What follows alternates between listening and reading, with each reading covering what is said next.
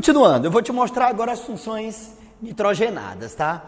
O grupo das nitrogenadas também até que cai relativamente bem nas provas, tá? O grupo das nitrogenadas tem uma grande incidência junto àquele primeiro grupo das oxigenadas mais conhecidas. Vamos ver agora as nitrogenadas. Apesar de que eu coloquei dois grupos ali que não caem muito, não tem grande incidência e que não é de muito domínio do aluno de ensino médio. Geralmente ele erra quando cai aquilo dali. Eu já vi grandes pessoas, grandes profissionais da área de química, até por descuido, também cometer esse erro ali em uma das nitrogenadas. Eu vou te mostrar. Vamos lá. Bom, aqui nós temos, quando eu tenho nitrogênio e não tem oxigênio perto, né? Só tem ligações simples ao redor. Quando eu tenho nitrogênio e só tem ligações simples ao redor, chamamos isso de amina, né? Isso aqui são as aminas. Aqui no caso, uma amina primária, porque está ligada a um carbono, né? Aqui no caso, uma amina secundária, está ligada a 2 carbonos. E aqui uma amina terciária, que está ligada a 3 carbonos. Então aqui no caso nós temos o grupo amina em 3 situações diferentes. Então aqui nós temos também uma amina, é quando eu tenho nitrogênio com ligações simples, sem nenhum elemento próximo, tá? Só nitrogênio com ligações simples. Aqui eu tenho nitrogênio com ligações simples, aqui eu também tenho uma amina.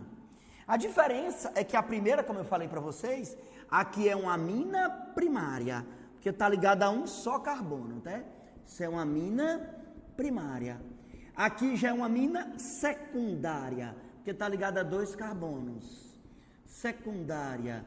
E aqui uma amina terciária, que está ligada a 3 carbonos. Aqui uma amina terciária, que está ligada a 3 carbonos. Tudo bem?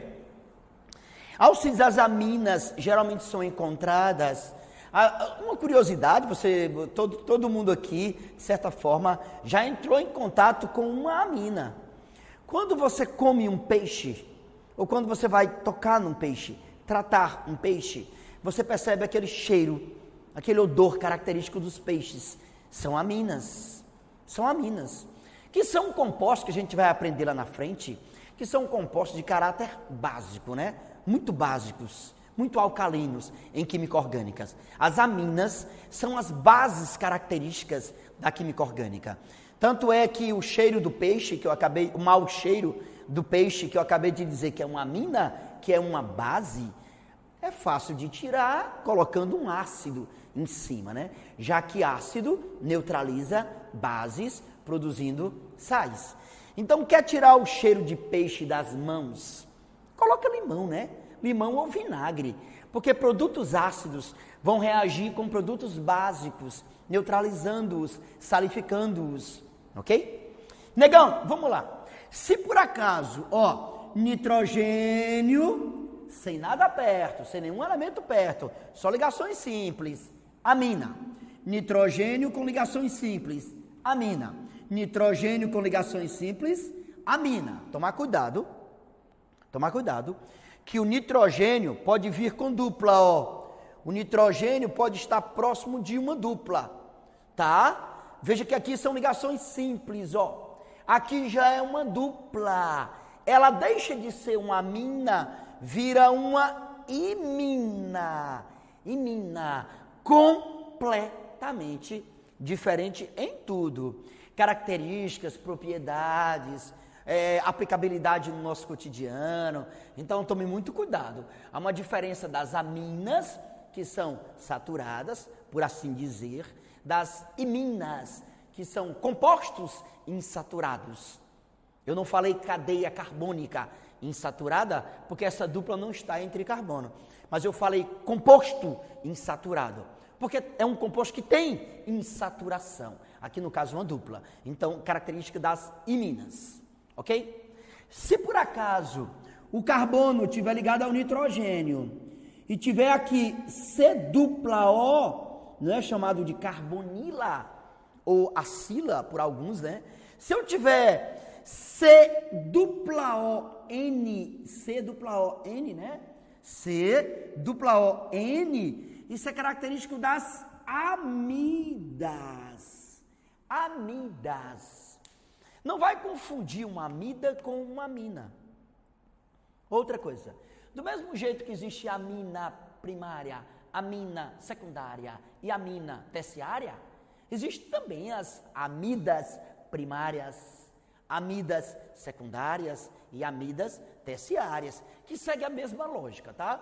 Ligado a um carbono, amina primária, ligado a 2 carbonos, amina secundária, ligado a 3 carbonos, amina terciária. O mesmo vale para as amidas, ligado a um carbono, primária, ligada a 2 carbonos, secundária, ligada a 3 terciárias. Alcides, até aí está tudo tranquilo. As amidas que geralmente foram muito utilizadas no século passado na síntese de corantes, de corantes, da tonalidade aos tecidos, ok? Negão, tudo jóia, até aqui está tudo tranquilo. Bom, vamos lá, vamos para o grupo nitro, né? Toda vez que eu tiver o grupo nitro NO2, não confundir com outro grupo muito parecido com ele, que é o NO, muito parecido, né? Tudo bem? São muito parecidos. Se eu tiver o NO2, que é o grupo nitro, isso vai ser chamado de nitrocomposto. Isso aqui é um nitrocomposto. Não vai confundir com o grupo nitroso, que aí já vira nitroso composto. Bom, o nome é muito óbvio, porque o nome vem do radical, né? Radical nitroso composto. Radical nitro, que é o NO2, nitrocomposto. Os nitrocompostos são bastante difundidos e muito fáceis de ter uma aplicação muito rápida no Enem, porque tudo que tem um grupo nitro, geralmente eles são de uma instabilidade muito grande e são geralmente utilizados em explosivos, que diga a nitroglicerina, né? Então o grupo nitro é muito utilizado na síntese de explosivos. O TNT, por exemplo, a dinamite, você vai perceber que ela tem 3 grupos nitro. Por isso o nome TNT, trinitro, 3 grupos nitro. Então o grupo nitro caracteriza geralmente explosivos, ok? Vamos lá, se tivermos aqui o radical cianeto, né, cianeto, nós chamamos de nitrila. E se eu inverto a posição dos ligantes, vira isonitrila. O termo iso é porque quando você inverte, vai ter de um lado um carbono, do outro lado também carbono e carbono, ficando como se fosse um eixo de simetria, 2 lados iguais. Daí o termo iso, né? Então, se tiver o radical cianeto, é uma nitrila. Se eu inverto o cianeto, se vira isocianeto, então vira isonitrila. Cianeto, que vocês sabem que geralmente está ligado a poderosos venenos, né? Porque o radical cianeto, vocês aprendem isso na biologia, causa um problema muito grande de bloqueio de taxa de oxigenação pela hemoglobina, inclusive também. Então, o cianeto geralmente está associado a venenos, certo? É muito comum você encontrar cianeto também, folha de mandioca, macaxeira, a folha ou a mandioca verde, né, como se diz, recém-extraída. Nem todo alimento recém-extraído do solo, necessariamente você pode consumir, tá? O cianeto é um veneno até relativamente poderoso e muito comum em certos vegetais também, tá? Então, negão, tudo que tem um radical cianeto é uma nitrila e se eu inverto, vira isocianeto, isonitrila. Muito bem. Vocês estão percebendo que esse último aqui, ó, parece a amida, né? Aliás, parece até que são 2 amidas. Parece que, ó, aqui, ó, parece até que tem uma amida aqui, ó, uma amida aqui e uma outra amida aqui, ó, de cabeça para baixo, ó. Parece que são 2 amidas, né? Parece que são 2 amidas, você juntou 2 amidas. Quando isso acontecer, quando você perceber a união do que seriam duas amidas, a gente chama de imida. Imida. Não é muito comum em provas de ensino médio. Não é muito comum a imida. Mas é muito comum em certos derivados de vegetais, a imida, ok? Negão, tudo bem. Essa foi a segunda bateria, a dos compostos nitrogenados. De longe, o que mais cai no vestibular são esses aqui. As amidas, as aminas e as amidas, tá? Mas não esquecer dos nitrocompostos. O nitroso composto já é mais raro de aparecer. Não esquecer as nitrilas, que tem um grupo cianeto, ou as isonitrilas, que é a inversão desse grupo, para a formação do grupo isocianeto. As iminas, quando tem dupla, e as imidas, que parecem duas amidas, que foram condensadas. Beleza? Eu vou agora para a terceira bateria. Segura aí. Terceira bateria, né? Terceira bateria, agora o bicho vai pegar, velho. Agora quem está do outro lado aí, eu desafio o cabo, viu? Quer um desafio? Diz aí o que é que tu tá vendo aí. Quais são essas funções aí? Meu amigo, se o cabo acertar, eu mando ele para a NASA. Direitinho, meu amigo. Porque aqui estão as funções mais ignites. Aquelas funções Winifred's and Zinifred's. Aquela que você não acerta nem carrendo. A pancada, a porrada.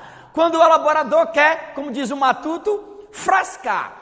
Quando o elaborador quer frascar, ele coloca isso aqui, só para encher o nosso saco. É uma alma cebosa. A gente diz que esse elaborador é alma cebosa. É mente de Lex Luthor. É uma mente do mal. É um ser criminoso. Quando o cara bota isso aqui. Por quê? Cara, são as funções menos conhecidas. São aquelas que quando aparece ali, tá ali para encher o saco, né? Tá ali para tentar fazer a diferença. Eu vou te dar uma visão, tá? Delas, não te preocupa. Algumas, inclusive, já caíram no Enem, por incrível que pareça.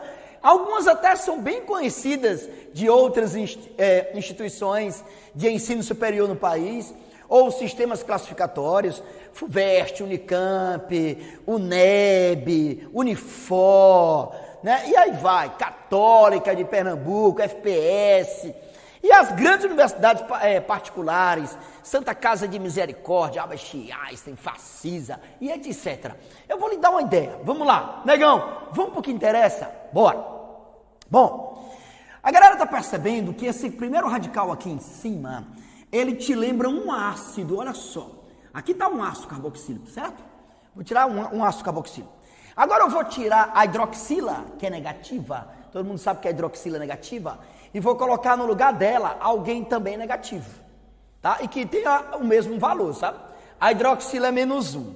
Eu vou tirar a hidroxila e vou colocar também alguém que vale -1, que são os halogênios, elementos da família 7A, antiga 7A, hoje em dia chamado grupo 17, que também vale -1, né? Caso do cloro, caso do bromo e por aí vai.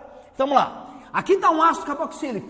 Aí eu vou tirar a hidroxila, vou colocar um halogênio. Escolhi o cloro. Halogênio, lembrando, qualquer elemento da antiga família 7A.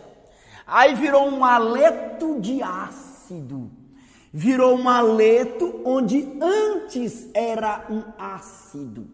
Eu tinha um ácido, tirei a hidroxila, coloquei um haleto, virou um haleto de ácido. Beleza? Então esse aqui é um haleto de ácido. Alcides, esse cara, haleto de ácido carboxílico. Alcides, esse cara é visto no ensino médio? É.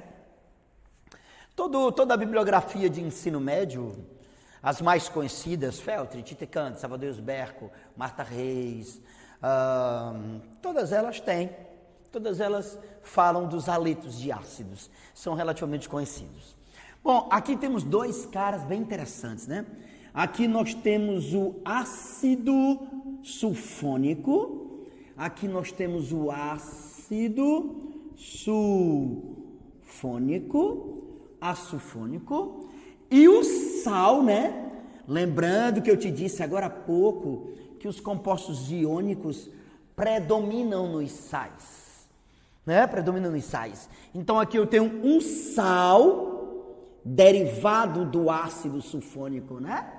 Você tirou o hidrogênio aqui, colocou um cátion, formando aqui uma ligação iônica, uma transferência de elétron de um cátion para um ânion, né? De um cátion para um ânion.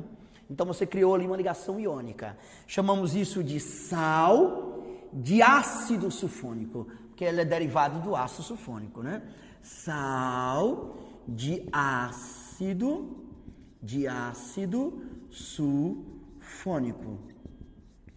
Negão, sal de ácido sulfônico, dos três que aqui estão, né? Dos três que aqui estão, os aletos de ácidos, os ácidos sulfônicos e os sais de ácidos sulfônicos. Dos três que aqui estão, qual o que mais caiu na história do Enem? Cara, os sais de ácido sulfônico, porque quando eles apresentam cadeia carbônica muito grande, né, acima de 10 carbonos, nós chamamos eles de tensoativos aniônicos, ou sulfactantes aniônicos, ou melhor dizendo, detergentes. Então, os sais de ácidos sulfônicos, via de regra, caracterizam detergentes. Isso quando tem uma cadeia carbônica superior a 10 carbonos, que a gente chama de sais derivados de ácidos graxos, né? Acima de 10 carbonos na cadeia. Tudo bem? Tomar cuidado com esse safadinho, é um detergente, é um tensoativo, um sulfactante, um produto de limpeza, anfifílico, anfipático, de elevada tensoatividade. Capaz de romper, quebrar as ligações de hidrogênio, por exemplo, na água. Muito bem. Aqui nós temos 2 nitrogênios, né? Aqui nós temos 2 nitrogênios. O nome antigo do nitrogênio, o nome muito antigo do nitrogênio é azoto. Azoto. Por isso que quando tem 2 nitrogênios, eu digo diazo. 2 azotos. Então eu tenho aqui um diazo. Diazo. São os diazocompostos. A presença de duplas e nitrogênio geralmente caracteriza compostos de cor, de intensidade de coloração elevada. Então, geralmente são usados na indústria de tecidos para dar tonalidade aos tecidos, né? Já que compostos com dupla e compostos nitrogenados, via de regra, são usados na síntese de corantes, pigmentos e etc. Então, galera, Alcides, de todos aqui, lembrando que nós estamos no terceiro grupo, as funções pouco conhecidas, menos conhecidas, aquelas que geralmente o cara não vê quando é aluno de primeiro ou segundo ano, porque dependendo da escola, você viu a base de química orgânica ou no primeiro ano ou no segundo ano. Mas, geralmente o cara não vê essas funções aqui, tá? São as funções menos conhecidas, são as funções de menor abordagem, exceto os sais de ácidos sulfônicos, que quando de cadeia longa, vocês conhecem pelo nome de detergente, aplicabilidade tensoativa de detergente. Beleza? Vamos lá. Olha só. Aqui eu tenho 3 interessantes. Por que interessantes? Porque eles são fáceis de serem reconhecidos as funções. Porém, algumas provas do país costumam colocar suas denominações usuais. E aí é onde o bicho pega. Eu vou te mostrar. Vem comigo. Aqui nós temos oxigênio entre carbonos, né? Oxigênio como heteroátomo, já que está entre carbonos. Oxigênio entre carbonos, característica de um éter, né? Éter. Isso é um éter cíclico. Isso é um éter cíclico. Ok. Um éter de cadeia fechada. Tudo bem? Vamos lá. O composto que está abaixo, C dupla O. O, você está vendo que isso aqui é um éster, né? C dupla O, O. Isso aqui é um éster. É um éster cíclico. Um éster de cadeia fechada. Tudo bem? E aqui nós temos C dupla O, N. C dupla O, N. Característico das amidas. Aqui nós temos uma amida cíclica. Uma amida cíclica. Alcides, difícil reconhecer essas três funções? Não. São três funções bem batidas no ensino médio, né? O aluno numa altura dessa, o aluno de Enem, que sabe que reconhecimento de funções é um assunto muito batido, muito visto, e ele já tem um certo domínio, um certo reconhecimento de determinadas funções, ele sabe reconhecer um éter, um éster e uma amida, né? Lembrando que um éter tem um oxigênio entre carbonos, o éster, a galera tá vendo que tem dois aqui, oxigênio, e a amida, você tem no mesmo carbono que tem a dupla O, você tem o nitrogênio, característico das amidas. O Alcides, isso é bobinho, não vi nada demais. Por que tu colocou esses três? Por causa dos nomes usuais. Nomes usuais. Já teve provas no país e eu tenho medo de, dentro de um certo contexto, o Enem usar esses nomes usuais e você estranhá-los. Não que o Enem vá te pedir, eu não acredito que o Enem entre nessa pegadinha, coisa de elaboradores de vestibulares mais conteudistas. Mas eu tenho medo do Enem citar esses termos e você desconhecer. Então eu vou te dizer o que é. Quando o éter é cíclico, nesse tipo de configuração, recebe o apelido de epóxido. Epóxido é um éter cíclico com essa configuração. Se o éster for cíclico, isso é chamado de lactona. Lactona. E se a amida for cíclica, isso é chamado de lactama. Lactama. Então, lactama é uma amida cíclica. Lactona é um éster cíclico. E epóxido são alguns grupos de éter cíclicos. Nem todo éter cíclico é um epóxido, mas com essa configuração caracteriza epóxidos. Tudo bem? Vamos lá. Negão, vamos aqui para a última coluna. Última coluna. Eu tenho aqui magnésio, que é um metal ligado a orgânico. Chamamos isso de organometálico. Aqui nós temos zinco, que é um metal ligado a orgânico. Então, organometálico. Aqui nós temos chumbo, que é um metal ligado a orgânico. Então, organometálico. Então, esses três caras aqui têm algo em comum. O que é que eles têm algo em comum? Metal ligado a orgânico. Metal ligado a orgânico. Metal ligado a orgânico. Então, organometálico. São organometálicos. São compostos organometálicos. Tudo bem? São compostos organometálicos. Vou tentar melhorar aqui a escrita. São compostos organometálicos. Porque todos eles têm metal ligado a orgânico, metal ligado a orgânico, metal ligado a orgânico. Lembrando que zinco, magnésio e chumbo são metais.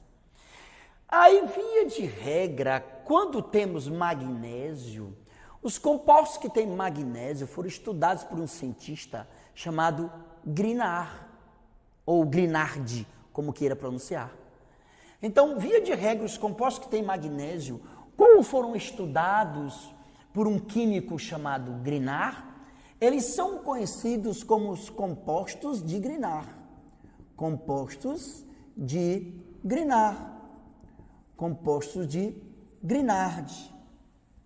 Os compostos que têm zinco foram estudados por um cientista chamado Frank Land. Então, são conhecidos como compostos de Frank Land. Compostos de Frank Land. Compostos de Frank Land. Então, esses químicos que fizeram estudos exaustivos de organometálicos com magnésio, que no caso foi Grignard, e de organometálicos com zinco, que no caso foi Frankland, algumas provas do país costumam usar essas denominações. Não acredito que seja o caso do Enem, tá? Não acredito. Bom, aqui nós temos enxofre, do latim sulfur, ligado ao oxigênio. Então, por isso que o nome é sulfóxido, não é? Radicais gregos e latinos, a gente estava conversando aqui em off, eu e Yuri. Muita coisa que você domina, radicais gregos e latinos, você entende o significado das coisas. Se você souber que isso aqui em latim é sulfur, e isso aqui é oxi, então sulfoxi, fica fácil, né, os radicais. Então isso aqui é um sulfóxido, sulfóxido.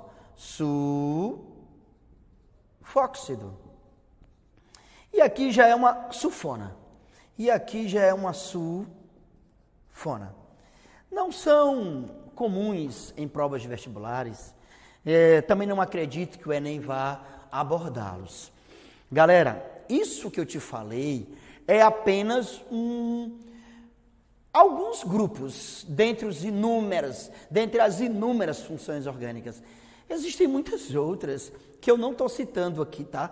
Existem muitos e muitas outras funções que nós estudamos como químico, como engenheiro químico ou como químico industrial.